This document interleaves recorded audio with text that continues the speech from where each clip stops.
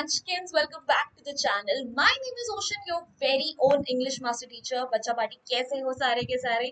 I hope you all are doing well. और बच्चा party आज का सेशन होने वाला है बहुत ज़्यादा important और खास, क्योंकि आज के इस सेशन में हम आपके लिए इंक्लूड करके लाए हैं आपके मिड टर्म सिलेबस में आने वाले सारे चैप्टर्स और पोम में से कॉम्पिटेंसी बेस्ड क्वेश्चंस, यानी कि ऐसे क्वेश्चंस जिन्हें बच्चों को आंसर करने में होती है बहुत ज़्यादा डिफिकल्टी। और शॉर्ट और लॉन्ग क्वेश्चन आंसर सब टाइप के हमने क्वेश्चंस इसमें इंक्लूड करें, जहाँ पे कंपैरिजन बेस्ड, आपके मॉरल बेस्ड आ जाएंगे, आपकी क्वालिटीज वगैरह included, everything has been included. So it is a must watch session for you before your mid term exam. So I hope you are going to watch this session until the very end. और बचा बाटी session में आगे बढ़ने से पहले you know what to do. Make sure you hit the like button. Do not forget to subscribe to our channel as well. And चलिए फिर आगे बढ़ते हैं। Like I told you, हमारे आज के सेशन में हम कवर करने वाले हैं शॉर्ट और लॉन्ग क्वेश्चन आंसर्स को ही, ठीक है, क्योंकि जो एक्सट्रैक्ट बेस्ड क्वेश्चंस होते हैं उसमें से सारे क्वेश्चंस आपके इतने डिफिकल्ट नहीं आते हैं। तो सिर्फ हम शॉर्ट और लॉन्ग क्वेश्चन आंसर्स पर ही फोकस करेंगे। ऑलराइट बच्चा बाड़ी, मूविंग अहेड गाइस, हमारे टेलीग्राम चैनल का link is present in the description box, ठीक है। तो अगर आपको सारे के सारे पीडीएफ्स चाहिए, नोट्स चाहिए, रिमाइंडर्स चाहिए, वीडियोस चाहिए, then you know where to find us. And also if you would like to reach out to me personally, then this is my Instagram handle. Feel free to ping me over there as well. Moving ahead बच्चा party, let me tell you भाई, हमारे सारे के सारे teachers आपके लिए बहुत मेहनत कर रहे हैं और उन्होंने आपके लिए इंडिविजुअल शॉर्ट्स चैनल्स भी खोले हैं, जहां पर विद इन 60 सेकंड्स वो आपका एंटायर सिलेबस कंप्लीट करा रहे हैं। So what are you waiting for? All the links are present in the description box. Go ahead, join our community over there as well. वहां पर भी जाके मजेदार मजेदार शॉर्ट्स एंजॉय करिए. Alright, moving ahead guys, let's discuss the schedule that we have been following for this week. तो भाई सबसे पहले इस हफ्ते की शुरुआत में हमने करे थे 20 most expected MCQs from your English literature का सिलेबस। उसके बाद हमने मिड टर्म को डिस्कस करा था फ्राइडे को 6 PM पर। अगर आपने वो सारे पीवाईक्यूज जो हमने मिड टर्म सेशन की 3 आवर मैराथन में डिस्कस करे आपने नहीं देखे हैं, जहां पर मैंने आपको माइंड मैप्स भी दिए हैं, सारे के सारे रिविजन भी करा है, समरीज वगैरह सब कराए हैं, so go ahead check this session right now. It's present on our channel. उसके बाद हम लोगों ने सैटरडे को 4 बजे करा था इंटीग्रेटेड ग्रामर का एक बड़ा ही मजेदार क्विज, जहां पे हमने ग्रामर से रिलेटेड काफी सारे पीवाईक्यूज को सॉल्व करा था। And now we are here with full syllabus competency based questions. All right बच्चा party, so let me tell you what are the topics जिनको हमने इन सारे के सारे कॉम्पिटेंसी बेस्ड क्वेश्चंस में कवर करा है. So a letter to God, Nelson Mandela, two stories about flying, From the Diary of Anne Frank, Glimpses of India, Dust of Snow, Fire and Ice, A Tiger in the Zoo, How to Tell Wild Animals, The Ballroom, A Triumph of Surgery, The Thief's Story, The Midnight Visitor, and A Question of the Trust. Yani a lot of chapters, a lot of poems have been covered in this session itself. तो बच्चा बाटी, आप इस video को please अच्छे से इसका link ना save करके कहीं रख लेना, because let me tell you कि जब आपके बोर्ड एग्जाम्स भी आएंगे तब भी आपको ये वीडियो बहुत ज्यादा काम आने वाली है. सो प्लीज मेक श्योर कि आप इस वीडियो को कहीं पर संभाल कर जरूर रख लें. ऑलराइट गाइस, अब बात करते हैं हमारे competency based short question answers की. And here's the first question for you guys. Lencho was an ox of a man working like an animal in the fields, but still he knew how to write.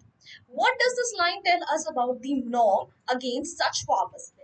तो अ letter to God से हमने ये question उठाया है, जहां पर हम बात कर रहे हैं कि लेंचो जो है वो तो एक ऑक्स की तरह यानी एक एनिमल की तरह अपनी फील्ड्स में काम करता था, बहुत ही हार्ड वर्किंग फार्मर था, but still he knew how to write, ठीक है, फिर भी उसे लिखना पढ़ना आता था.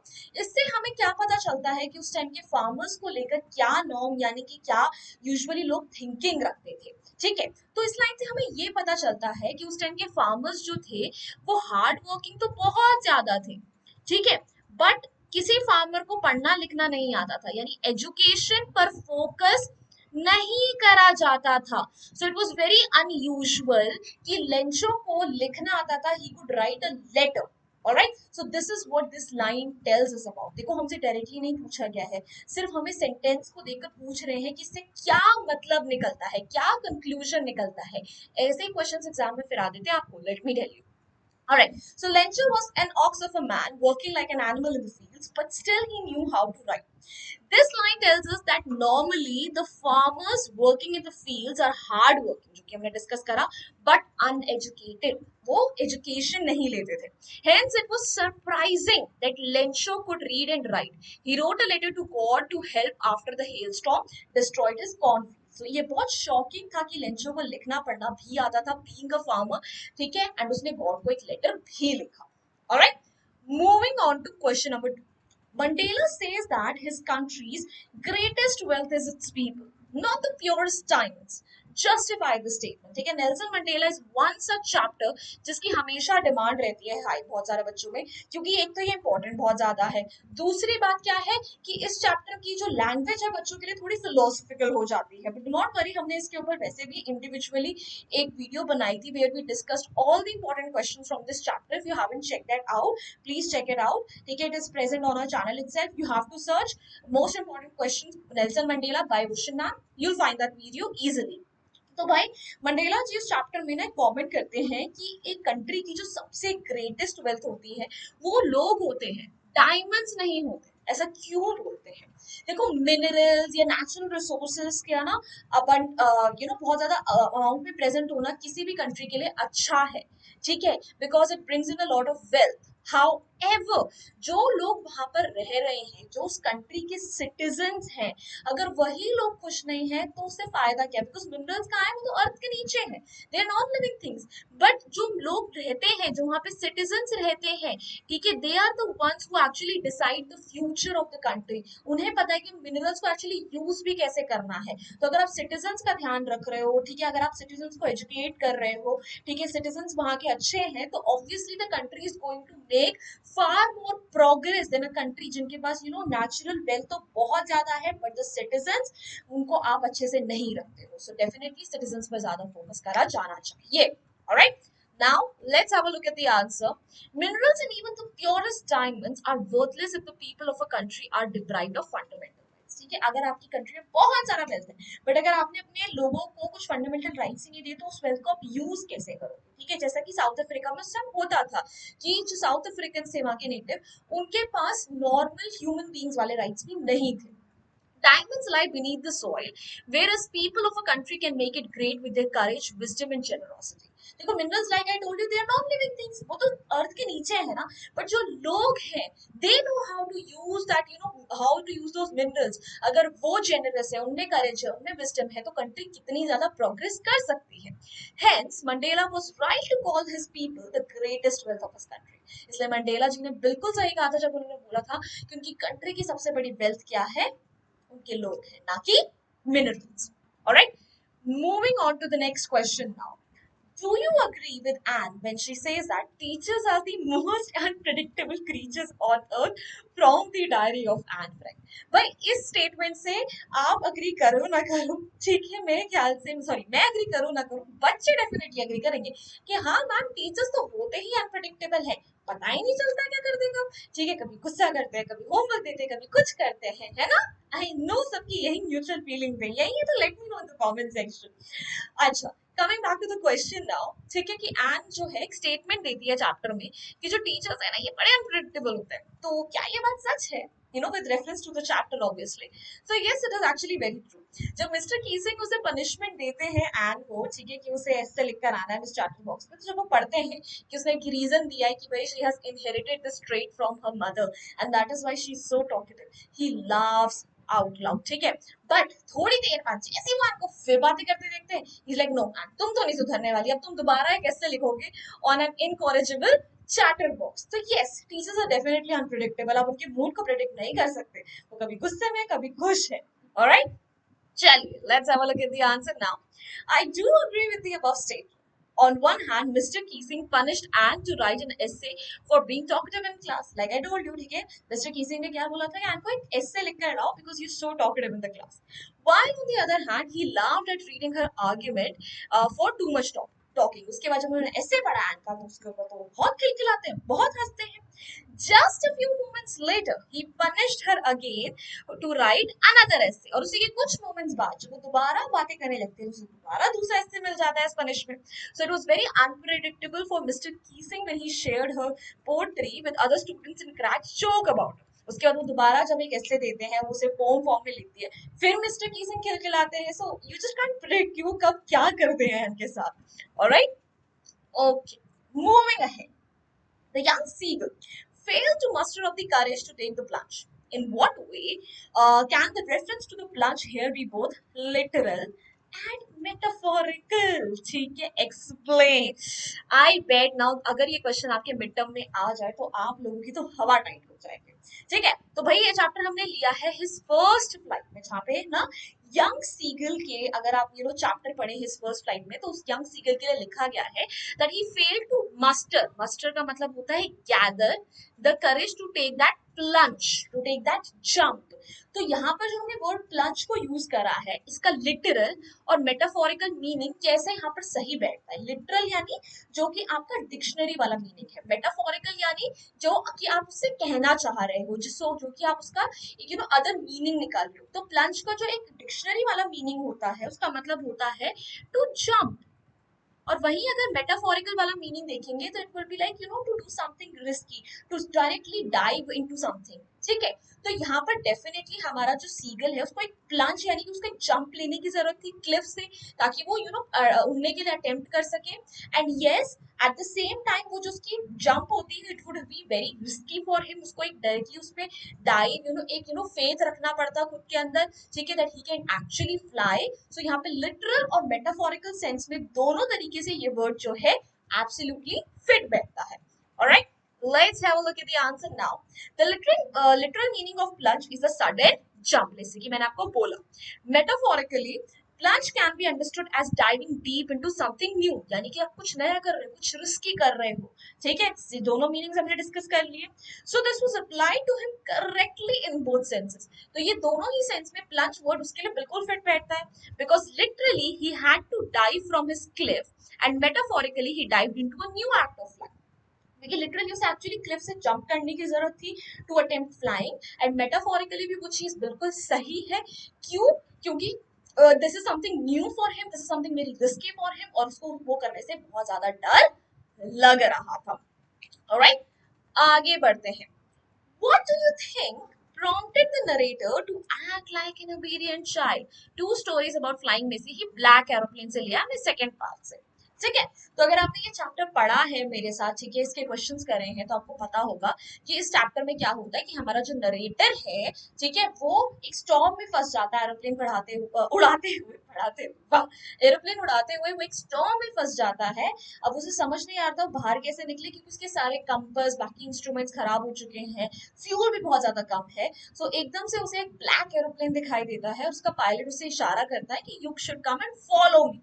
तो उस टाइम पे हमारा जो ये नरेटर है, उसे as a very obedient child, जो कि आप सब बिल्कुल नहीं हो, बिकॉज आप सब लोग कभी वीडियो को लाइक नहीं करते हो, चैनल को सब्सक्राइब नहीं करते हो, so you are not obedient, at least for me. So if you are an obedient child student, make sure you do these two things. Make sure you hit the like button and do not forget to subscribe to our channel as well.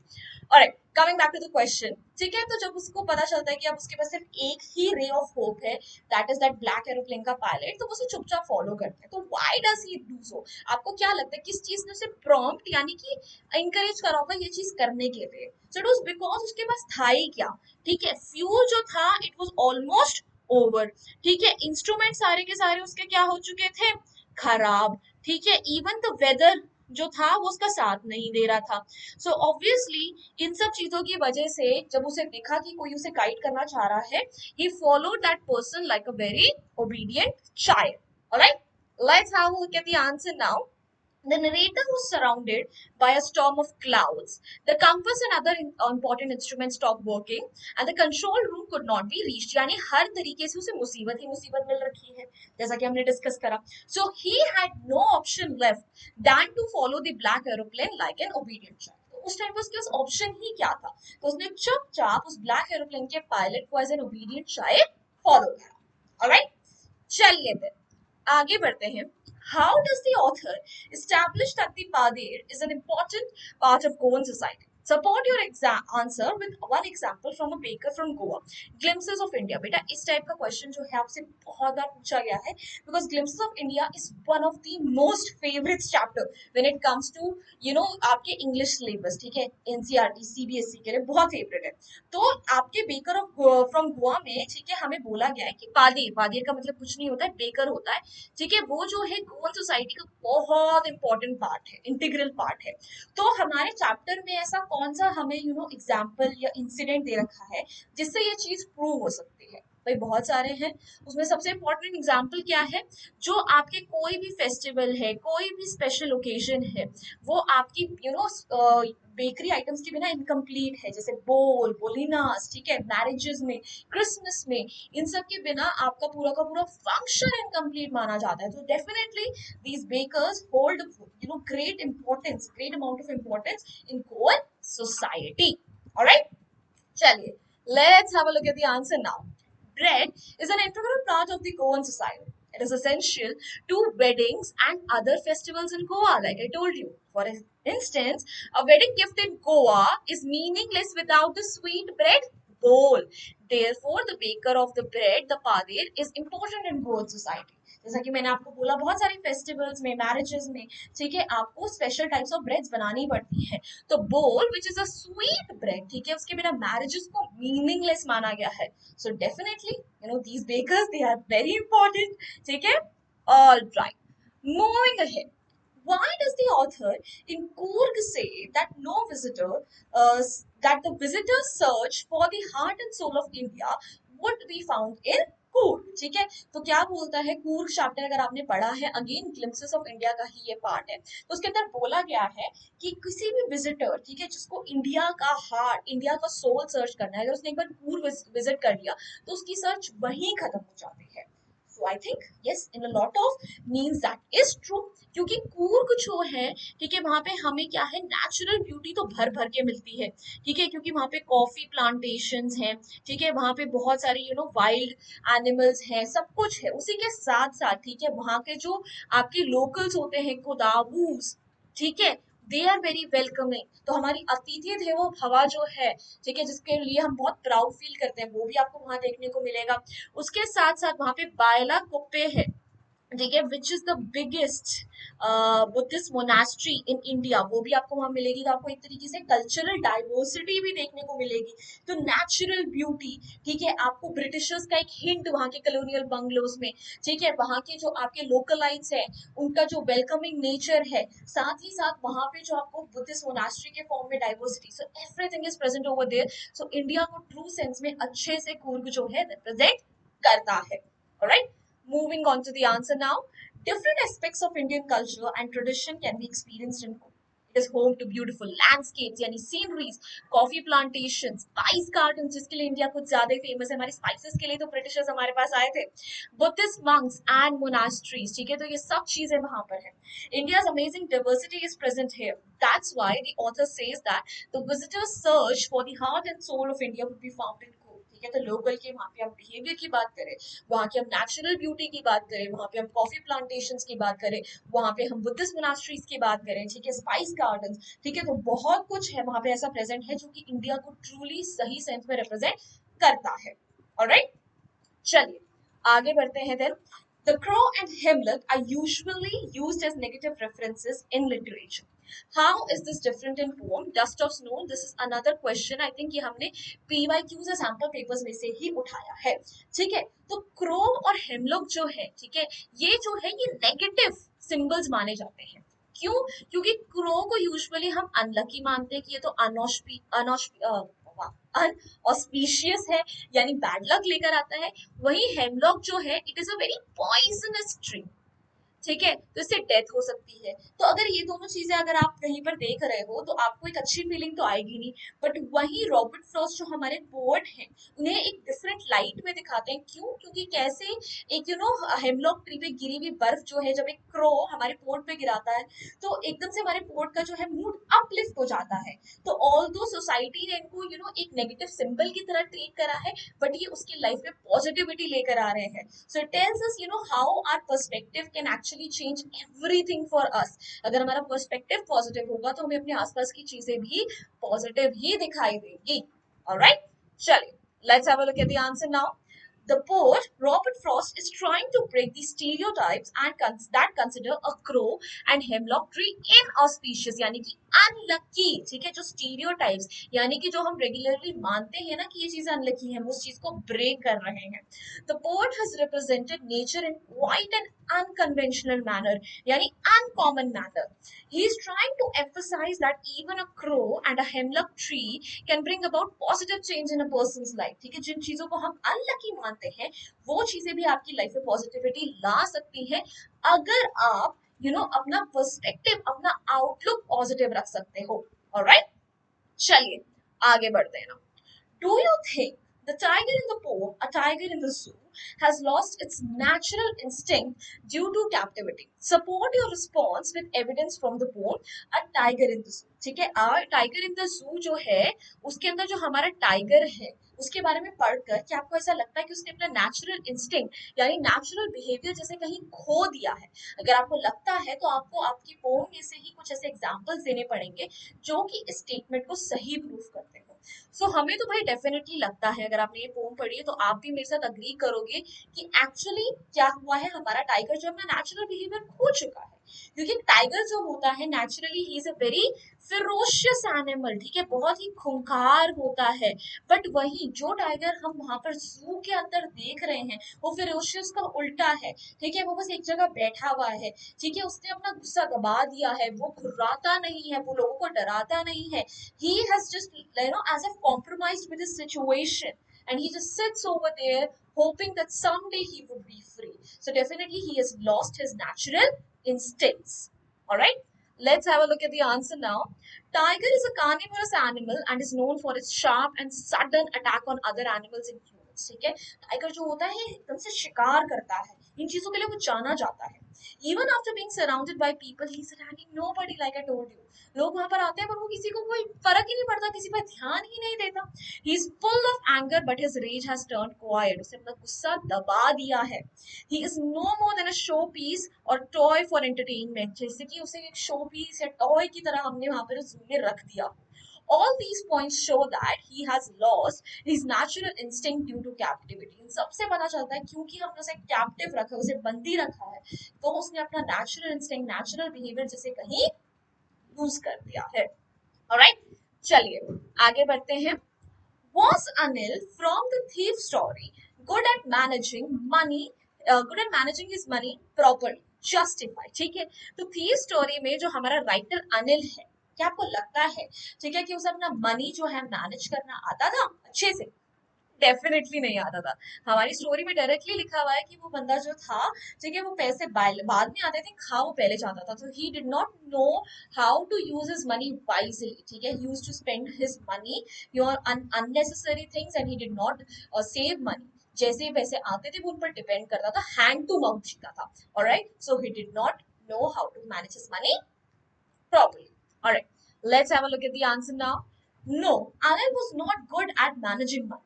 He made money by fits and starts, यानी मतलब अचानक से उसे कोई मौका मिल गया तो उसने कर लिया। ठीक है, he would borrow money one week and the next week when he had money he would lend it। ठीक है, एक दिन उसने बोरो करा, उसके बाद पैसा आया, ठीक है, उसने उसको किसी और को लेंड कर दिया। ठीक है, तो मतलब वही हैंड टू माउथ रहता था, अगर कहीं से मिल गया खा लिया, नहीं मिला तो क्या कर सकते हैं। He kept worrying about his next check, क्योंकि वो अपने अपने कोई भी पैसे को अच्छे से नहीं रखता था, तो उसे अगले पैसे की चिंता होती थी। But as soon as it arrived, he would go out and celebrate। But जैसे वो पैसा आता था वो बाहर जाता था, उससे सेलिब्रेट करता था। So he never saved his money, he never used it judiciously। All right, moving ahead. What makes Ausable a good spy? Explain any one quality with close reference to the midnight visitor। ठीक है, क्या आपको लगता है Ausable एक अच्छा spy यानी कि जासूस था? और ये चीज आप कौन सी क्वालिटी से बता सकते हो? ठीक है, हमारे मिडनाइट विजिटर में से। ठीक है, तो ऑसिबल जो था डेफिनेटली अच्छा स्पाई बन सकता था, because he was a very meticulous planner, ठीक है, यानी हर चीज को बहुत डिटेल में प्लान करता था।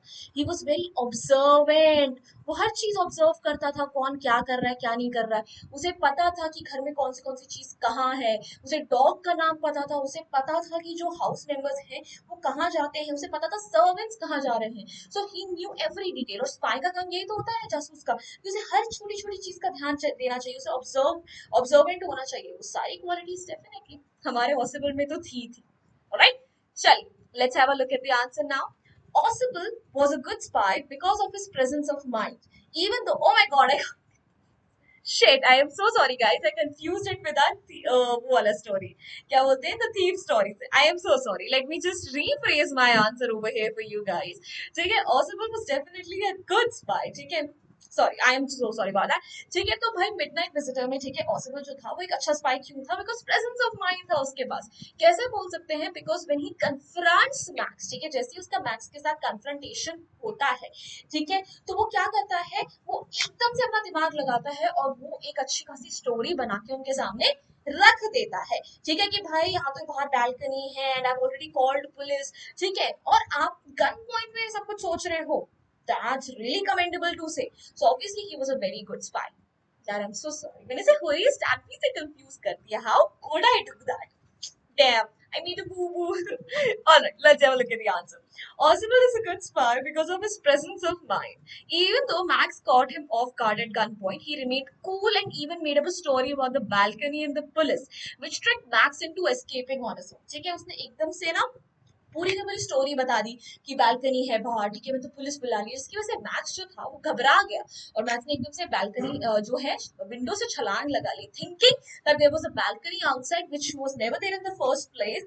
एंड उसके बाद ही lost his life and that's how without using any violence, ठीक है, ऑसिबल manage to save his life as well as Fowler's life, right. चलिए आगे बढ़ते हैं। Based on the story, a question of trust, ठीक है, थी स्टोरी में ना क्वेश्चन ऑफ ट्रस्ट, लेकिन तीनों स्टोरीज कहीं ना कहीं थेफ्ट से रिलेटेड है। द थीफ स्टोरी, ठीक है, the question of trust, the midnight visitor, इन तीनों में कुछ ना थेफ्ट से रिलेटेड ही है। ठीक है, तो sometimes it becomes confusing even for me. Late me know the comment section, क्या आपके लिए भी ये चीज कभी कभी कंफ्यूजिंग हो जाती है? ठीक है, कि मतलब ये सब में तो ऑलमोस्ट थोड़ा सा थीम सिमिलर ही जा रही है, कि कहीं ना कहीं चोरी ही हो रही है, कोई ना कोई चोरी करने आ रहा है। So, based on the story, a question of trust, would it be fair to say that deception is a crucial aspect of robbery? Do you agree? Why or why not? ठीक है, डिसेप्शन का मतलब होता है किसी को cheat करना।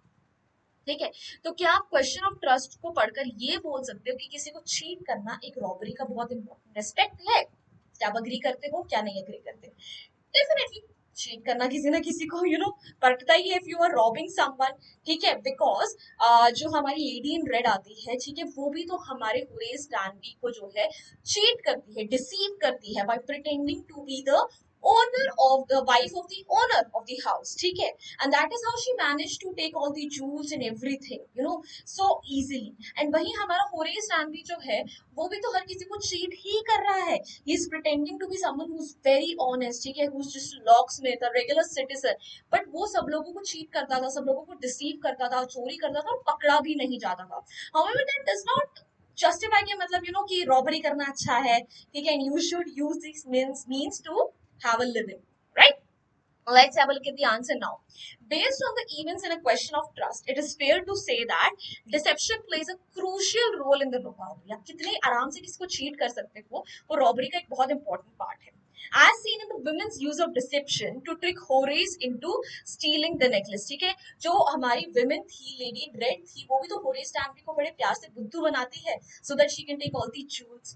However, it is important to recognize that not all robberies involve deception, and robbery is an illegal and immoral act। but हर जगह डिसेप्शन नहीं होता है। कई बार रॉबरीज जो है गन पॉइंट पर करी जाती हैं, जबरदस्ती करके करी जाती है, ठीक है, which is any which ways a very traumatic event for any person. ठीक है, और अगर कहीं पर रॉबरी हुई भी है तब भी वो गलत है, सो it is illegal and it is very immoral act, right. Okay then. So guys, now we are done with all the short question answers and now we are going to discuss some long question answers. So be ready. ठीक है सबके सब please अब तो ध्यान से पढ़ना अच्छे से.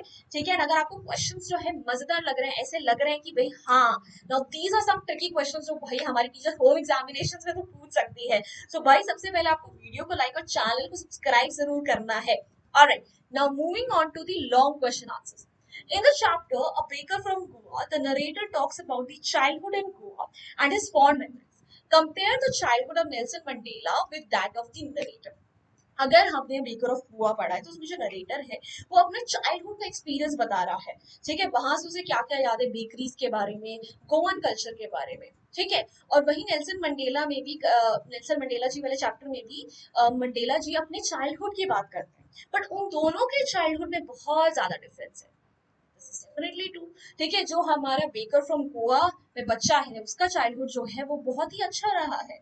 ठीक है he used to go and take these breads वगैरह ले लेते थे. ठीक है and he led a very respectful life and he led a very safe childhood. He had a very safe childhood. But वही मंडेला जी की लाइफ में बहुत सारे स्ट्रगल्स थे.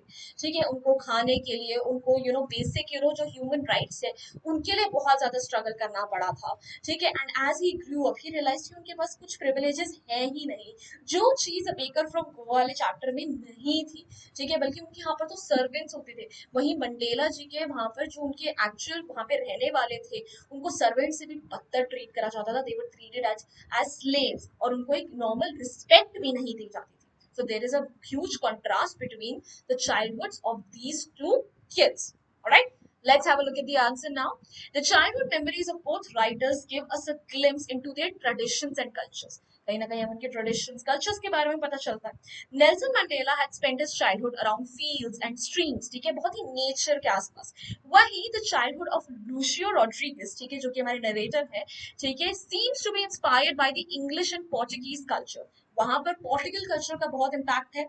Alright, Goa में Mandela grew up in a poor family and ate whatever he got in the fields like roasted meals. ठीक है Mandela जो थे वो एक बहुत ही poor family में ग्रो अप करे थे. उनको जो मिलता था जैसा मिलता था वो खा लेते थे.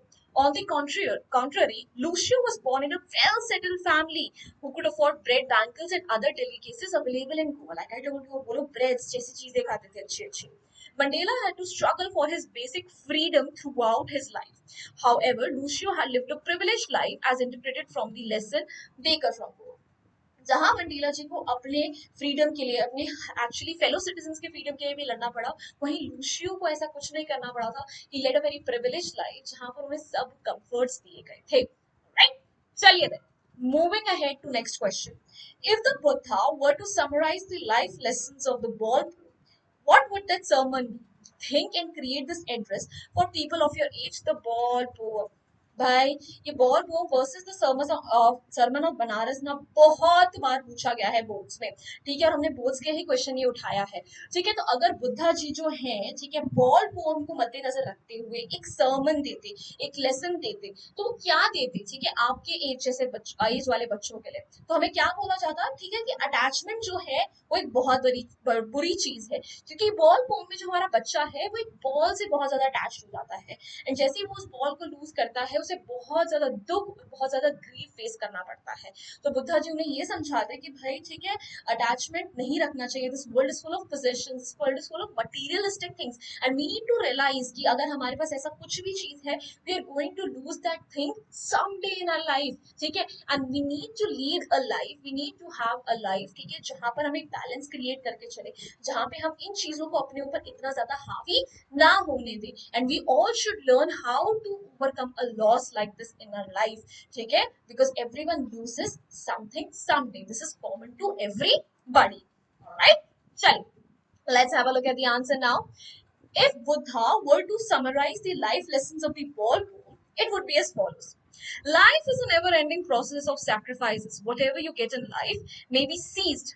ठीक है यानी taken at any time without prior notice. आपके पास कभी भी कोई चीज है आपसे कभी भी छीनी जा सकती है. ठीक है without any warning. So don't get emotionally attached to any living और नॉन लिविंग थिंग्स. तो हमें इतना ज्यादा अटैचमेंट नहीं पालना चाहिए. Attachment gives pain on separation. Nothing is permanent in this world. One who has come here will definitely take you. जो आपकी जिंदगी में आई है वो कभी ना कभी आपकी जिंदगी से जाएगा भी. He taught that the life of mortals, that is humans, is troubled, brief and full of pain. ठीक है, कि उन्होंने हमें अपने उसमें भी समर और बनारस में बताया था कि जो मॉर्टल्स यानी ह्यूमन बींग्स की जिंदगी है, ठीक है, उसमें बहुत ज्यादा मुश्किल होती है, पेन होता है, and the only way to obtain peace of mind is by giving up sorrow, complaints and grief. ठीक है, तो अगर आपको अपनी लाइफ में सुख शांति चाहिए तो ये कंप्लेन करना छोड़ दो, हर चीज के लिए दुख मनाना छोड़ दो. Surrendering all selfishness is the way by which one could attain immortality in the world. अगर आप अपनी सेल्फिशनेस छोड़ दोगे ना तो एक तरह से आप जिंदगी में इमोर्टल यानी कि अमर हो जाओगे, बिकॉज आपको किसी चीज से फिर कुछ फर्क ही नहीं पड़ता.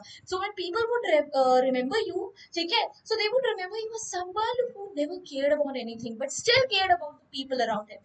उनसे अटैचमेंट नहीं पाला but still he was sweet to them. ठीक है, so you should give up all the selfishness, you should give up all the attachment, you should give up all this attraction to materialistic and non-materialistic things if you want to lead a peaceful life. All right, moving on to the next question. Do you think parents like Mrs. Pumphrey exist? If yes, is it a good thing to pamper children? Why or why not? A triumph of surgery. A triumph of surgery में हमारी जो Mrs Pomfrey थी ना, वो अपने dog tricky को बहुत ज्यादा प्यार करती थी. ठीक है, बट बोलते हैं ना, अति सर्वत्र वर्जित. ठीक है, यानी excess of everything is bad. ठीक है, तो वो इतना ज्यादा प्यार करती थी ट्रिकी को कि वो ट्रिकी को बिल्कुल भी दुख में नहीं देख सकती थी, प्रॉब्लम में नहीं देख सकती. तो इस वजह से वो ट्रिकी को एक्सरसाइज भी नहीं कराती थी, ट्रिकी को किसी भी अच्छी चीज के लिए मना नहीं करती थी, जो भी चॉकलेट्स वगैरह जो उसकी हेल्थ के लिए बुरे हैं, जिसकी वजह से ट्रिकी जो हो जाए बहुत ज्यादा बीमार पड़ जाता है. क्या ऐसे पेरेंट्स हमें लाइफ में देखने को मिलते हैं? डेफिनेटली, आई बिलीव आपके सर्कल में आसपास आपको ऐसे पेरेंट्स मिल जाएंगे जो अपने बच्चों को लेकर बहुत ज्यादा ओवर प्रोटेक्टिव है, जो अपने बच्चों को हर तरीके की लग्जरी, हर तरीके की कंफर्ट प्रोवाइड करते हैं. और ऐसे बच्चे कहीं ना कहीं बड़े होकर बहुत ज्यादा सफर करते हैं, क्योंकि उन्हें लाइफ की हार्श रियलिटीज के बारे में नहीं पता होता. उन्हें पता ही नहीं होता कि लाइफ में हर चीज उनके हिसाब से नहीं हो सकती, हर चीज वो जिद करके नहीं पा सकते. And because of it these kind of kids, they face a lot of struggle in their life as they become adults, right? Chaliye, so it is definitely not a good thing to pamper children so much. Let's have a look at the answer now. Yes, parents like Mrs. Pumphrey definitely exist. These people spoil their children by making sure all their demands are met. सब कुछ मिले उनके बच्चे को. They spoil their children in the name of love and care. वो बोलते हैं अपने बच्चों से बहुत सारा प्यार केयर करते हैं, इसलिए उन्हें बहुत ज्यादा स्पॉइल करते हैं. They not only feed them junk but also spoil their social habits. ठीक है, उनको junk feed करते हैं, उनकी social habits बिगाड़ देते हैं. This kind of behavior is very harmful for children. Such overprotective parental behavior hinders their growth as adults. ठीक है, तो ऐसे overprotective behavior की वजह से वैसे बच्चे बड़े होकर भी बहुत ज्यादा ना परेशानियां फेस करते हैं. They become stubborn, जिद्दी and do not learn to value anything. मतलब किसी चीज की वैल्यू नहीं पता होती, बिकॉज हर चीज उन्हें आराम से मिली. For them, hard work is a myth as they get everything easily. उनके लिए हर चीज तो उन्हें easily मिल जाती है, तो hard work क्या चीज है? Over pampered children often fail to face the hardships of life later. Pampering children in moderation is healthy. हर बच्चे को प्यार करना चाहिए, पैम्पर करना चाहिए, but excess of it is harmful. But इस चीज का excess होना बहुत बुरा है. If it is not just bad for humans but also for animals, as we see in the story A Triumph of Surgery. और ये चीज सिर्फ ह्यूमन बींग्स के लिए ही नहीं बल्कि एनिमल्स के लिए भी बुरा है, because like I told you, Triumph of surgery में ट्रिकी बीमार पड़ जाता है ओवर पैम्परिंग की वजह से. सो डेफिनेटली ठीक है, अगर आपके घर वाले आपको डांटते हैं, किसी चीज के लिए रोकते हैं, सो कहीं ना कहीं आपका भला कर रहे हैं. Always remember that. Guys, that's it. See, we're already done with all the competency based questions. तो बच्चा पार्टी, अगर आपने इन चारों में से कोई भी मेरा इस हफ्ते का सेशन मिस करा है ना, तो प्लीज चैनल पर जाकर देख लीजिए. स्पेशली जो हमारी 3 आवर वाली मैराथन हुई है, जिसके अंदर हमने सारे PYQs डिस्कस कर रहे हैं. Do not miss out on that. And kids, like I told you, Telegram channel का link is present in the description box. Make sure you join our community over there as well. And if you feel like to ping me personally, this is where you can find me on Instagram. And बच्चा बाड़ी, हमारे teachers आपके लिए बहुत मेहनत कर रहे हैं, बीट ऑन दिस चैनल और be it on the other short channels that we have created specially for you guys, जहां पर वो हर रोज हर हफ्ते आपके लिए विद इन 60 सेकंड्स आपका सिलेबस कंप्लीट करा रहे हैं. So what are you waiting for? All the links are present in the description box. Go ahead, join those channels as well. And before you leave, make sure you hit the like button. Do not forget to subscribe to this channel as well. And if you like this video, share it out with your friends. So guys, bye bye, hasta la vista. फिर मिलेंगे पढ़ते पढ़ते.